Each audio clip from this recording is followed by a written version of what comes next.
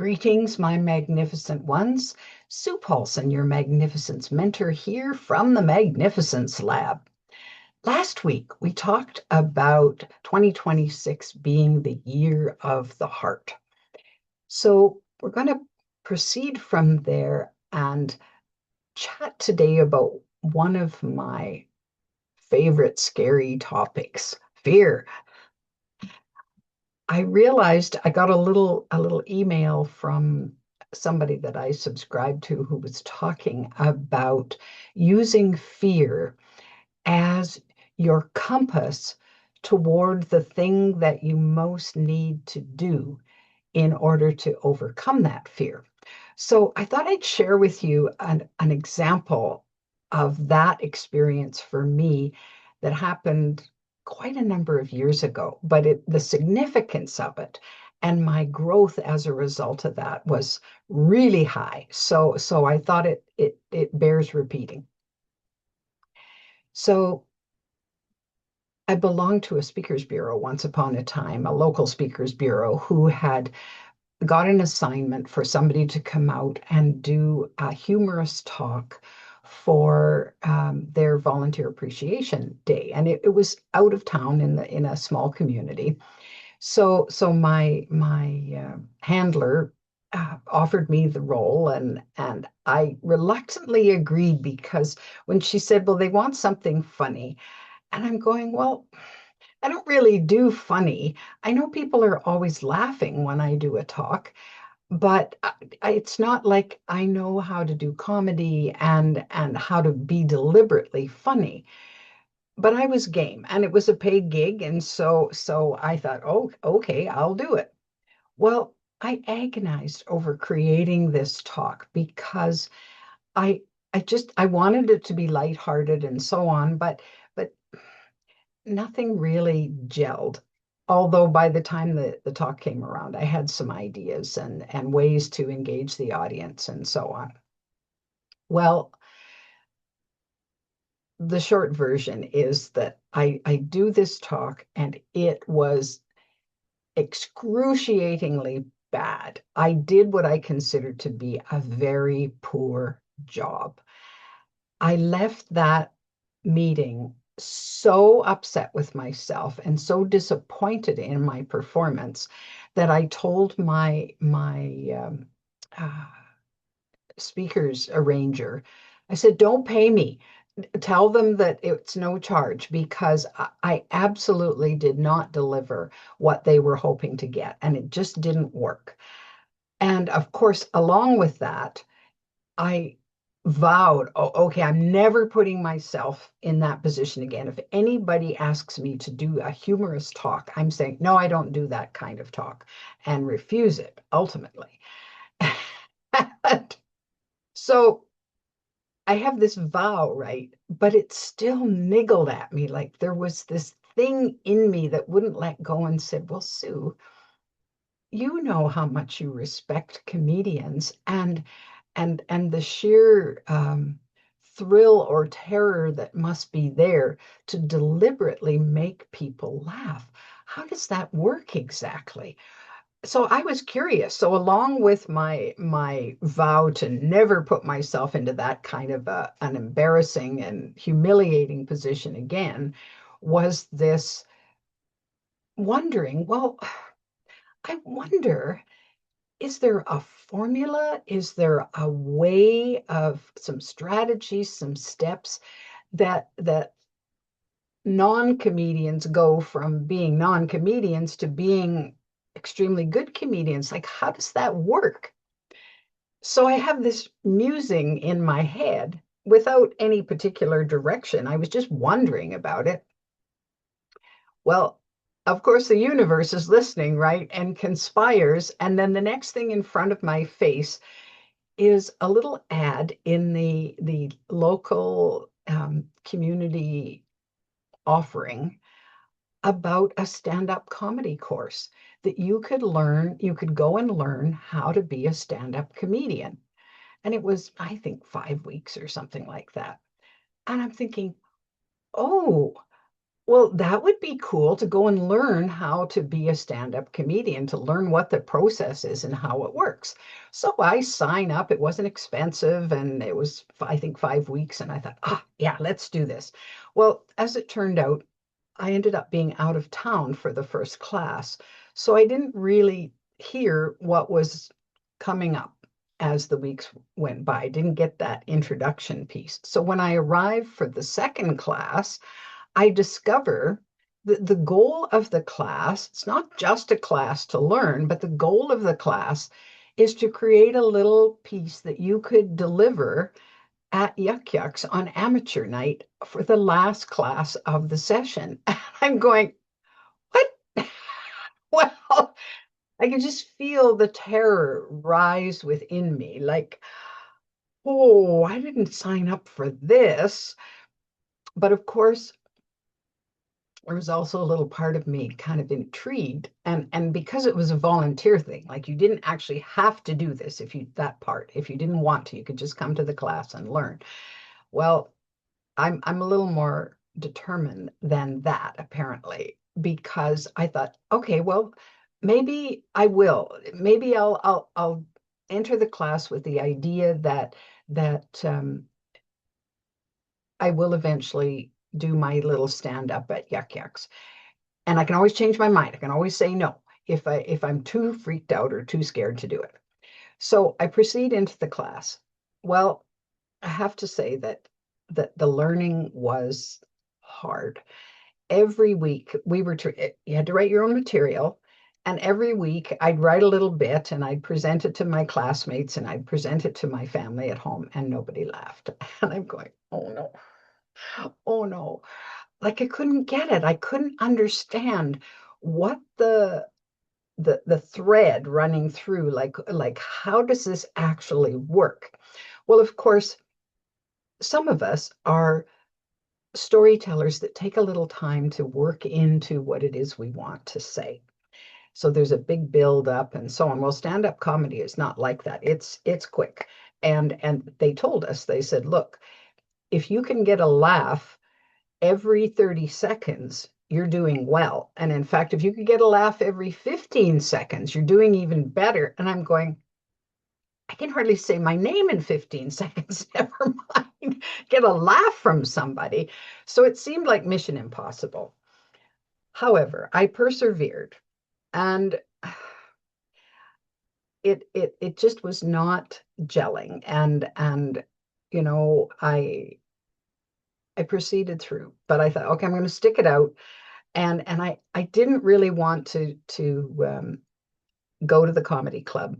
However, I did have my little routine, and I practiced and practiced and practiced. And it was kind of funny because I'm standing in front of the fridge with this fake microphone wrapped around the handle so I could hang on to this microphone and pretend I was standing in front of an audience. And my husband comes around the corner and he says, "What in the world are you doing?" And I says, "Oh, I'm just practicing my stand-up comedy routine." He just shook his head and went away. So anyway, as life would have it, I really had this desire to understand. The most important thing to me was to understand how it worked. Like, what was the key to a stand-up comedy routine? So the morning that I'm going to be on stage that night, something clicked in my brain, and it was as if the universe said, okay, you've suffered long enough. We're going to give you the answer here. And the answer floods my brain, and all of a sudden I got it. I understood the rhythm and the cadence and what needed to happen in order for this to work for this brief 5 minutes.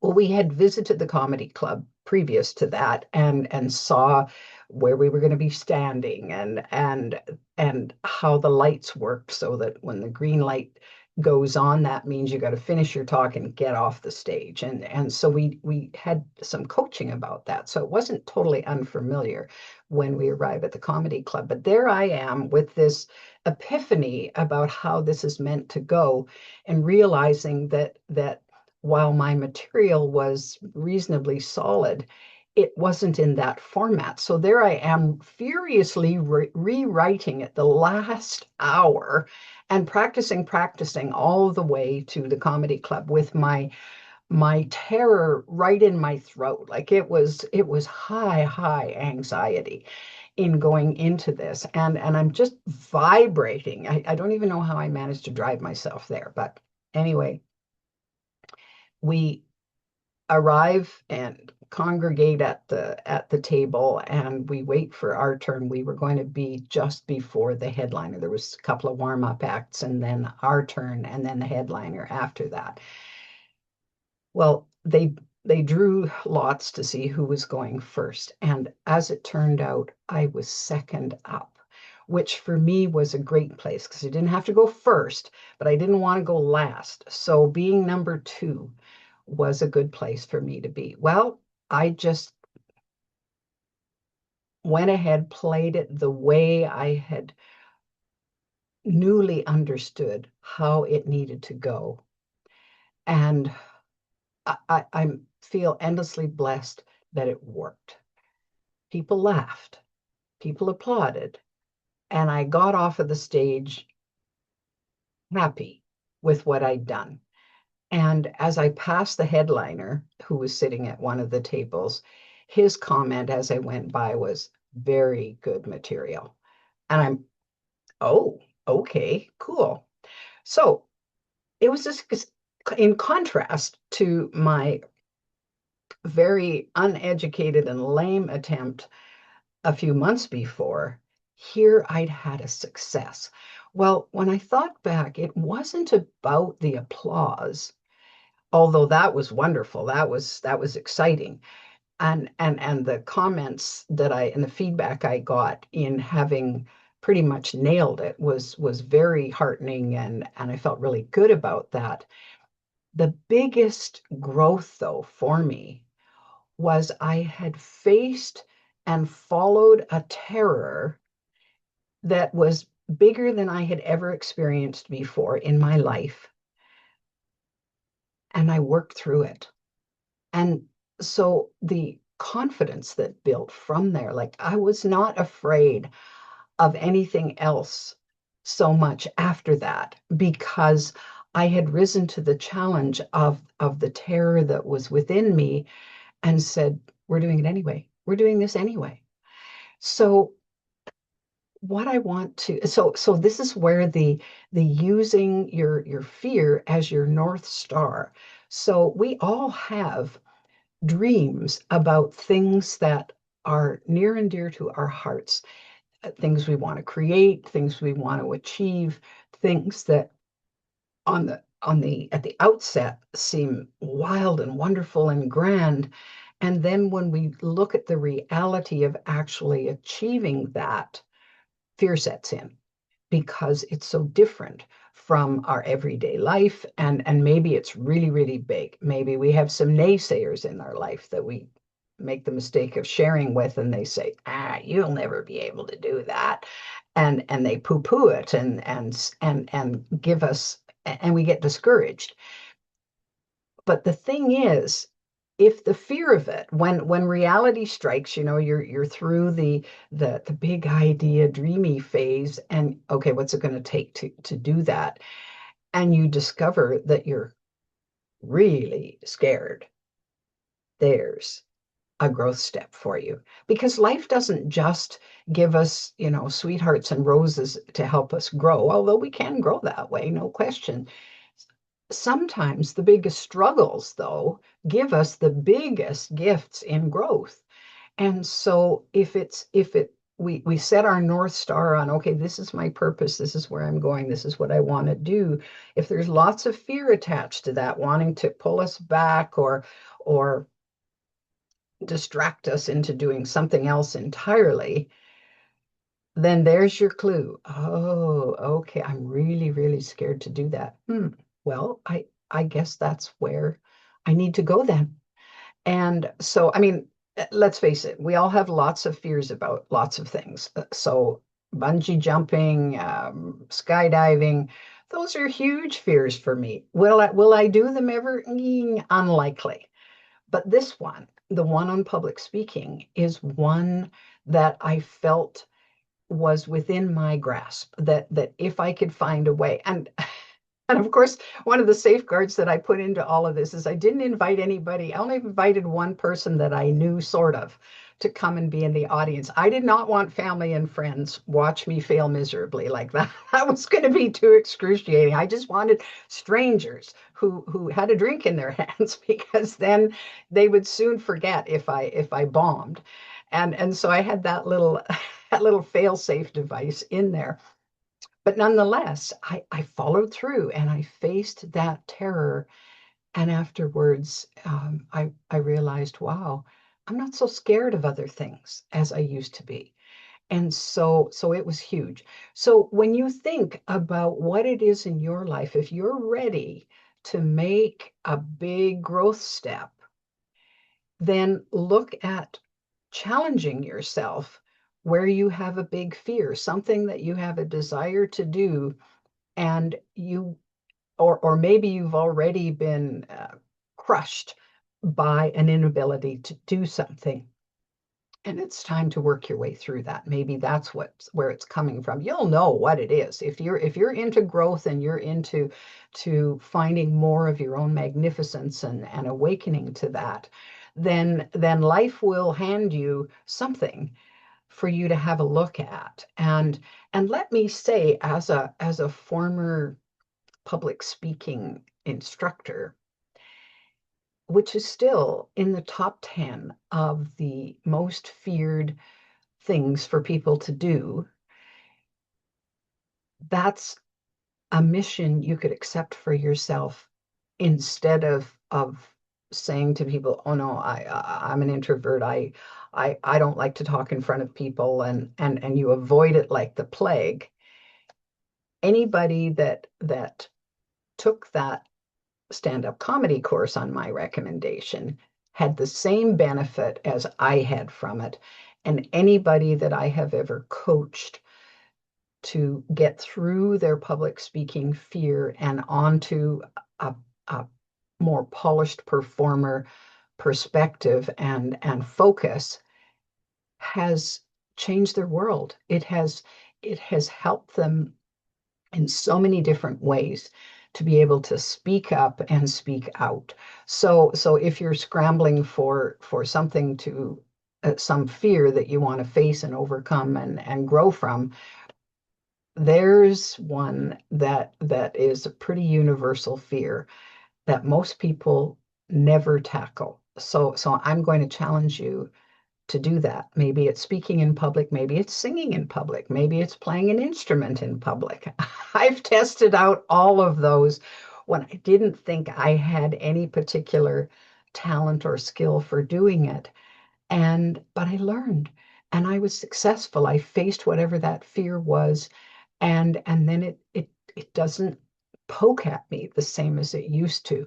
So let me leave you with that. So find what's important to you, look at the fear that's coming up as a result of that, and then tackle it head on, whether you take a class, whether you hire a coach, whether you just decide to uh, do by doing, make your mistakes and learn.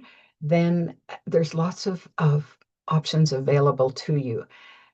And then celebrate whatever you achieve at the end of it all, and look at your little terror meter and say, okay, how high is it now on a scale of 1 to 10? Well, mine went from a plus 10 to maybe a 2. Big achievement, big accomplishment. So that's your challenge for this week, my magnificent ones. Play with it, have fun with it. Fear is just in our minds, right? And even though physiologically it triggers all kinds of heart palpitations and whatnot, you're strong enough, you're magnificent enough that you can do this. Until next week, be your magnificent self.